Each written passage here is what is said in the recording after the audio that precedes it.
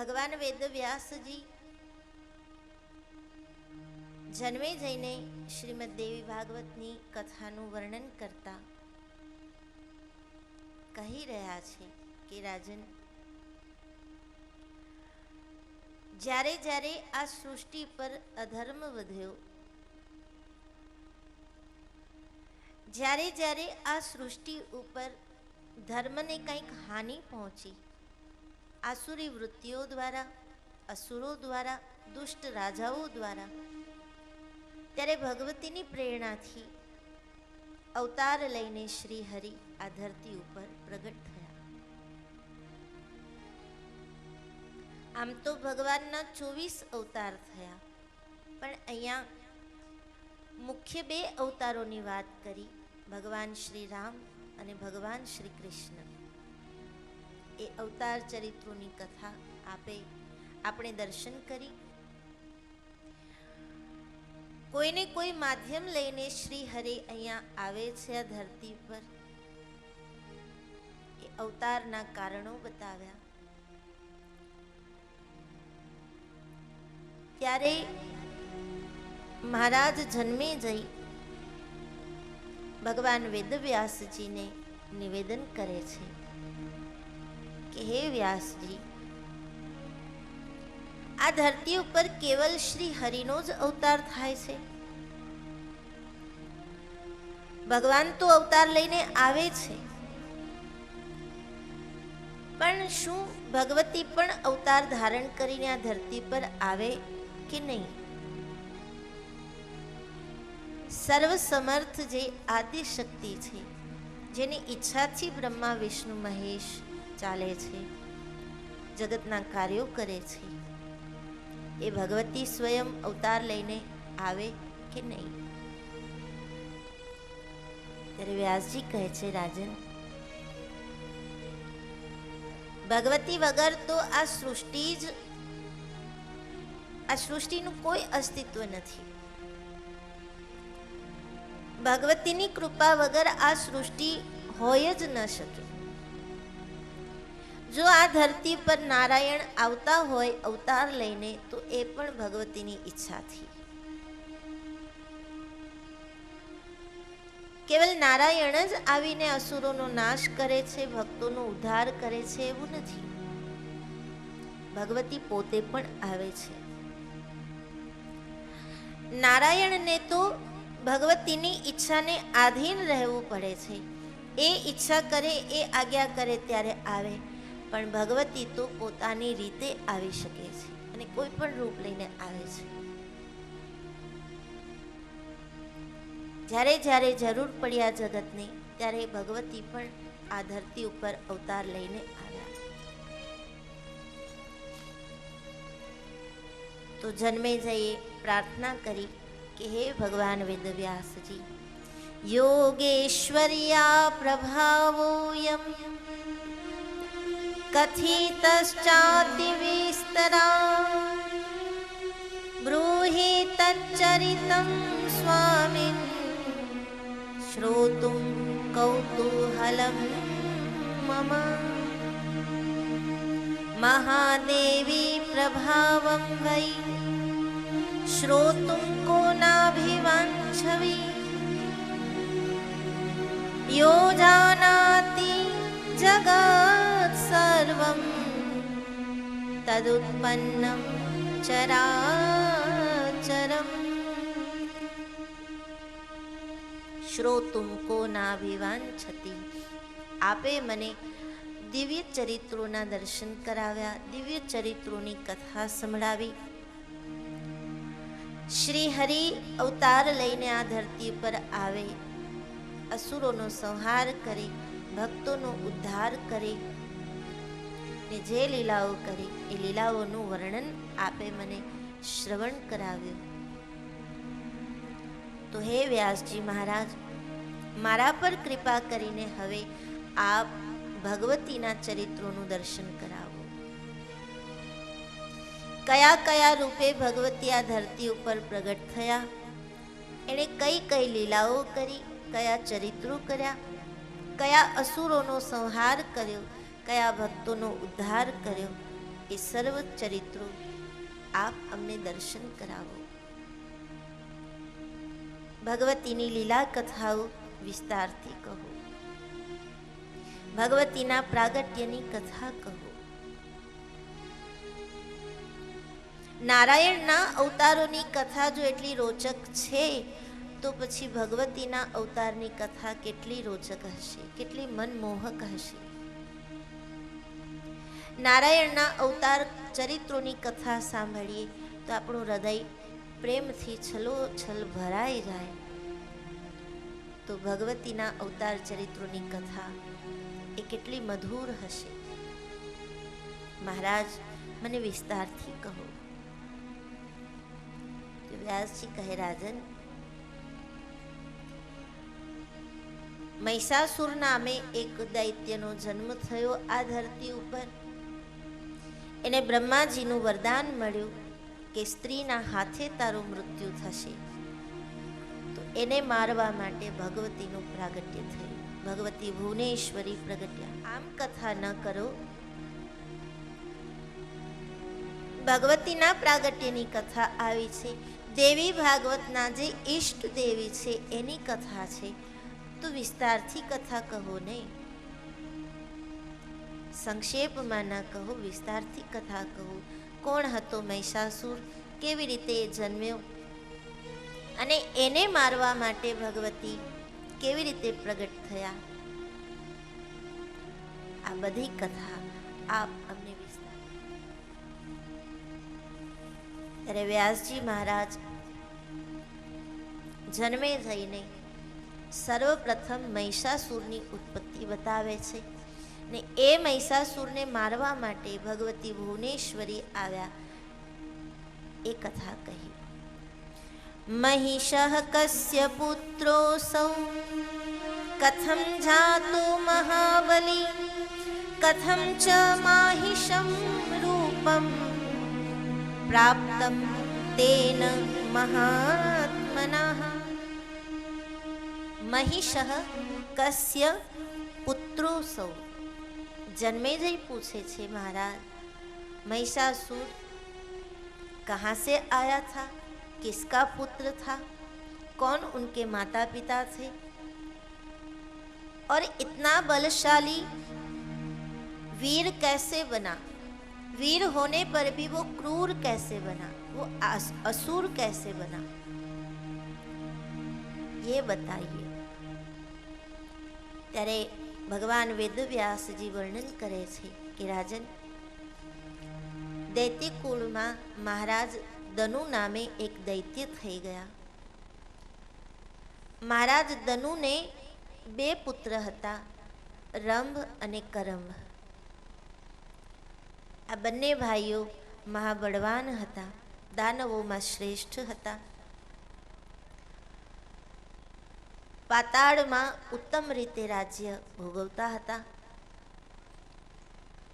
બધી વાતનું સુખ હતું, પણ આ બંને જન્મ થાય એ માટે આપણે તપ કરીએ. એટલે સંતાન પ્રાપ્તિ માટે રંભ કરંભ તપ કરવાનો નિર્ણય કરે છે. દેવી ભાગવતમાં એમ બતાવ્યું છે કે પંચનંદ નામના તીર્થમાં જઈને બંને અસુરોએ તપ કર્યું.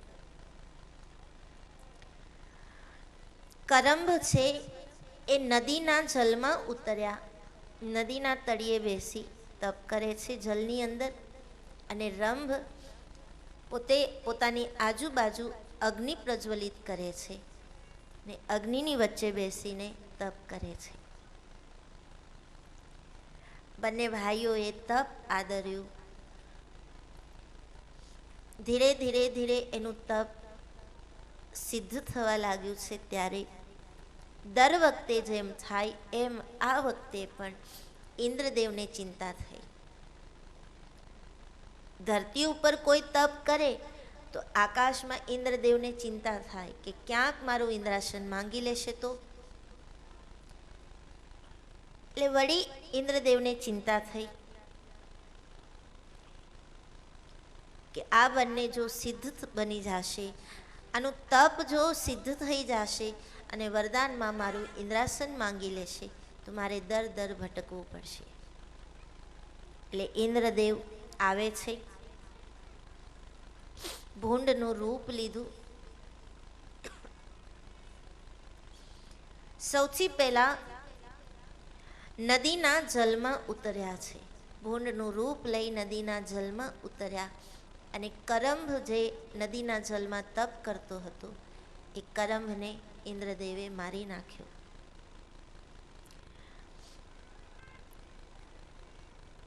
કરંભ મરાયો એટલે એનો ભાઈ રંભ, જ્યારે એને ખબર પડી કે મારો ભાઈ મરાણો છે, એટલે એ તપ છોડી, તપને અધૂરું મૂકી ઊભો થયો અને એણે વિચાર કર્યો કે જો મારો ભાઈ હવે ન રહ્યો હોય તો મારે પણ જીવવું ન જોઈએ.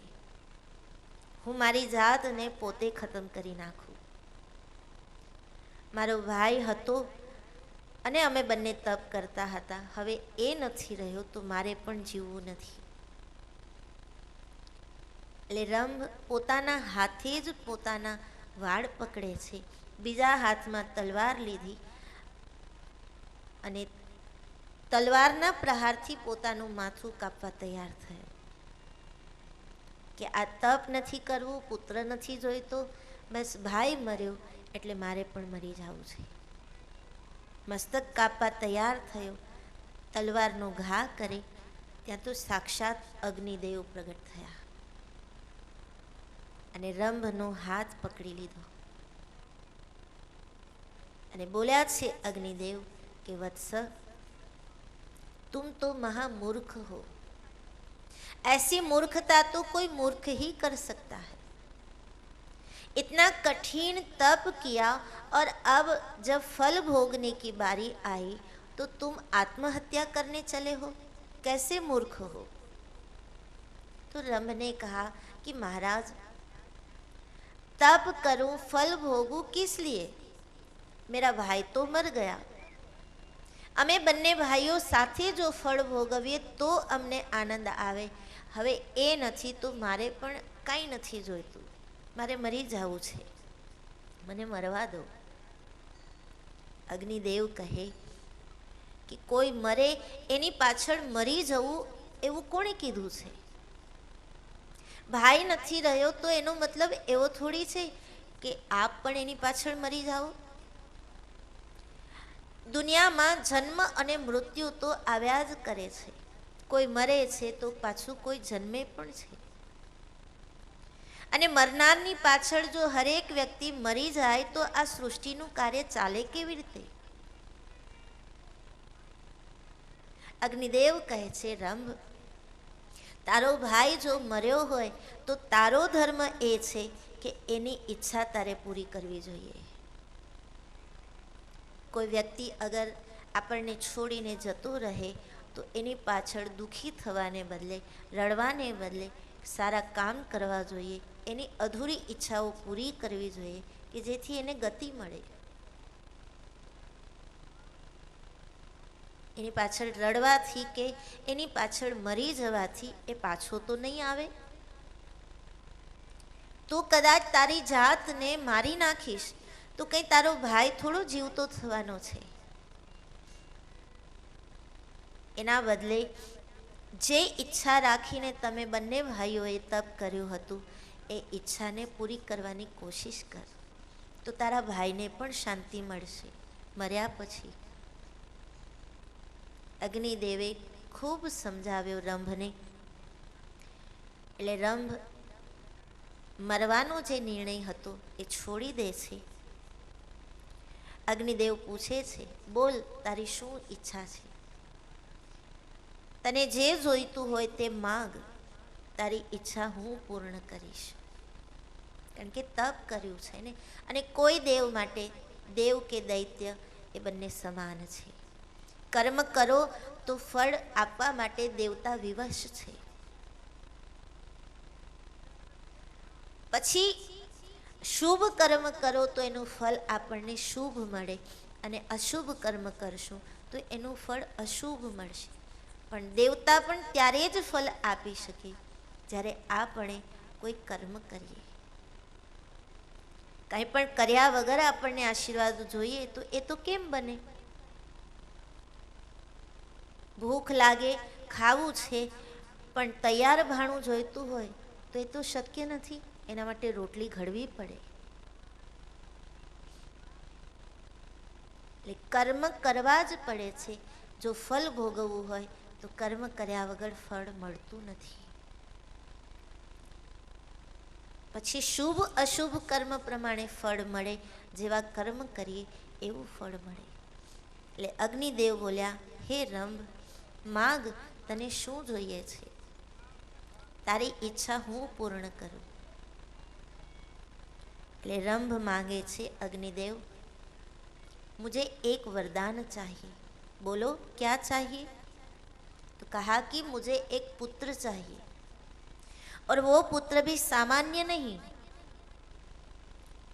त्रिभुवन में जिसका जय जयकार हो ऐसा पुत्र चाहिए. तीनों लोकों पर विजयी बनकर जो राज करे ऐसा पुत्र चाहिए. અને અગ્નિદેવ માફ કરજો, પણ તમને દેવતાઓને હરાવે ને એવો પુત્ર જોઈએ. દેવતાઓથી હારી જાય એવો નહીં, પણ દેવતાઓને હરાવે. આપ અગ્નિદેવ છો, દાહક આપનો સ્વભાવ છે. મારો પુત્ર દાહક બને, કોઈ એને અડી ન શકે, કોઈ એનું કાંઈ બગાડી ન શકે એવો વીર પુત્ર મને જોઈએ છે. હવે તપ કર્યું તું એટલે વરદાન આપવું પડે. એટલે અગ્નિદેવ બોલ્યા, તથાસ્તુ, तुमने जैसा मांगा वैसा पुत्र तुम्हें प्राप्त हो. વરદાન આપ્યું અગ્નિદેવે અને બોલ્યા છે કે રંભ, હવે તારું તપ પૂરું થયું, તને વરદાન મળ્યું, એટલે તું અહીંયાથી તારા ઘરે જા. ઘરે જઈશ ત્યારે રસ્તામાં જે કોઈ પણ સ્ત્રી પહેલી તને સામે મળશે એ સ્ત્રી ઉપર તું મોહિત થઈશ, અને એ સ્ત્રી દ્વારા તને જેવો પુત્ર જોઈએ છે એવો પુત્ર પ્રાપ્ત થશે. એક સુંદર સ્ત્રી ઉપર તું મોહિત થાઈશ, એ તને તારા ઈચ્છા પ્રમાણેનો પુત્ર આપશે.